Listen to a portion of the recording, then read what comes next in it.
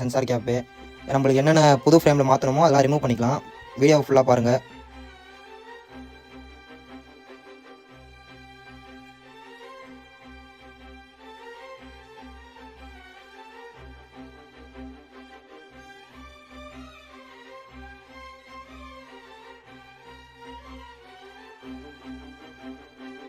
Strip கழட்டும் போது பார்த்து கழட்டுங்க. உங்களுக்கு ஸ்ட்ரிப்போட கனெக்டரு இல்லை ஸ்ட்ரிப்பு டேமேஜ் ஆக சான்சஸ் இருக்குது. இது இன்னர் ஸ்ட்ரிப்பு ஆன் ஆஃப் பண்ணுறது தான்.